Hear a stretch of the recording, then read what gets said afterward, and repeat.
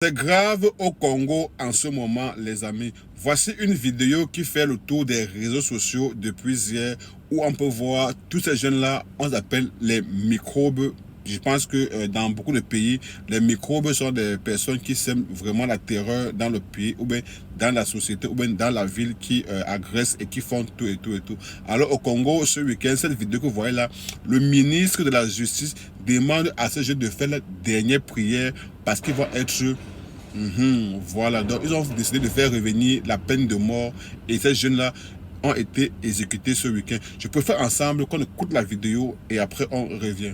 L'opération Zéro Kuluna consiste donc à traquer tous les Kuluna qui sèment mort et désolation dans nos villes, les faire juger et comme je l'avais annoncé hier, condamnés à mort et ceux qui sont condamnés à mort seront exécutés. Cela servira de leçon et remettra de l'ordre et de la paix dans notre société. Mais il faut également relever qu'après la condamnation, ils seront immédiatement transférés dans les prisons de haute sécurité. Et c'est à partir déjà de ce week-end. Nous avons choisi quelques prisons, dont celle de Angenga. Nous prenons déjà toutes les dispositions logistiques nécessaires pour les évacuer tous à l'intérieur.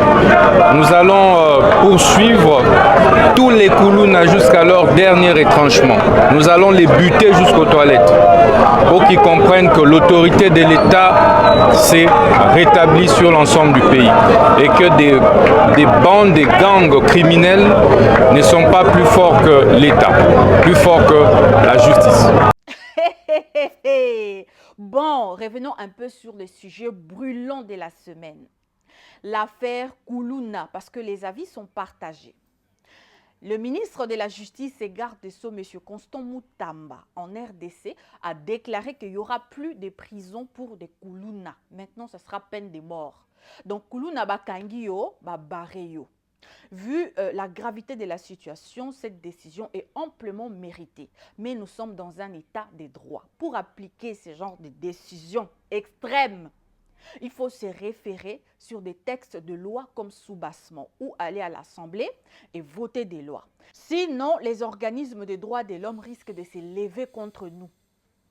Et en ce moment, on cherche à redorer l'image de notre pays. On ne veut pas être considéré comme un État criminel. Ça risque encore de faire aussi comme l'affaire des deux fois.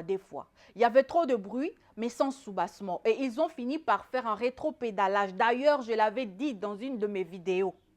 Et s'il arrivait que cette loi soit votée, il faudrait bien l'élargir. Parce que des Kuluna en cravate, ce sont des Kuluna en cravate qui sont promoteurs de Kuluna en machette. Parce que quand tu détournes l'argent qui est destiné pour la gratuité de l'enseignement, eh bien, ces enfants-là, au lieu d'aller à l'école, ils vont se retrouver dans la rue. Donc, tu crées des Kuluna. Quand tu détournes l'argent qui est destiné à améliorer le social des Congolais, des pères des familles qui n'arrivent pas à en prendre en charge leurs enfants, leur donner ne fût-ce qu'à manger ou aller à l'école, ben ces enfants-là se retrouvent dans la rue. Là encore, vous créez des Kuluna. Donc, des Kuluna en cravate méritent tout autant ces châtiments-là, les mêmes châtiments que les Kuluna en machette. Donc voilà qui est là. Vaste opération contre le banditisme urbain en RDC. Objectif, mettre fin au phénomène des Kuluna, ces gangs de jeunes qui sèment la terreur à Kinshasa. L'opération Nobo Hamson en Lingala a été lancée il y a tout juste une semaine et les autorités ont fait le point. Les précisions à Kinshasa de notre correspondante Aurélie Bazara Kibangula. Les audiences foraines ont commencé à Kinshasa. Des centaines de jeunes sont présentés devant les juges. Alors tous sont présentés comme étant des Kuluna, ces bandes de jeunes qui sèment la terreur dans certaines communes de la capitale. Ils sont réputés pour des vols avec violence, souvent armés de machettes. Alors tous ont été arrêtés dans le cadre de l'opération Ndobo, une opération coup de poing lancée par les autorités.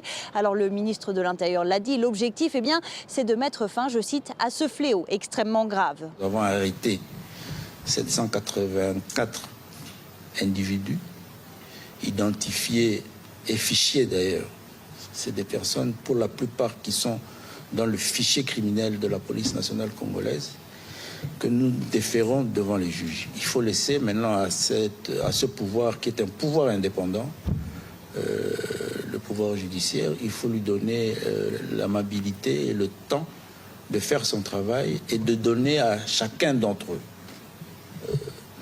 selon ce qui lui est reproché, la sanction qui lui concerne. Le phénomène Kuluna n'est pas nouveau à Kinshasa, il existe depuis des années. Alors les autorités avaient déjà tenté à plusieurs reprises d'y mettre fin sans succès.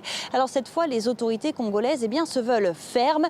Le ministre de la Justice, Constant Mutamba, a prévenu que les peines capitales seront exécutées contre les Kuluna. Des propos qui inquiètent la société civile.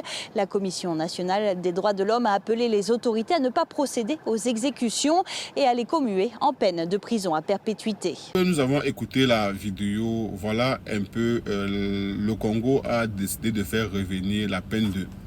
Et ces jeunes-là, comme je l'ai dit en écoutant le reportage, ils ont commis des choses, tous, le vol, toute l'agression, ils ont eu aussi à rip des gens. Et alors, pour ce faire, pour essayer de faire régner l'ordre dans le pays, la justice congolaise a décidé donc de faire revenir la peine de mort, et pour ce fait ils ont été exécutés d'après ce qui se dit. Je ne sais pas si c'est vrai ou pas, mais on écoutait dans le reportage, voilà un peu. Je ne sais pas si c'est une bonne chose, et la sœur a eu à dire ce qui est sûr. Si c'est le cas, je pense quand même que on est aujourd'hui au 21e siècle, et vous savez déjà, quand tu commets les actes comme ça, l'ONU et tout ce qui va avec vont commencer à dire, ah ben tiens, voilà.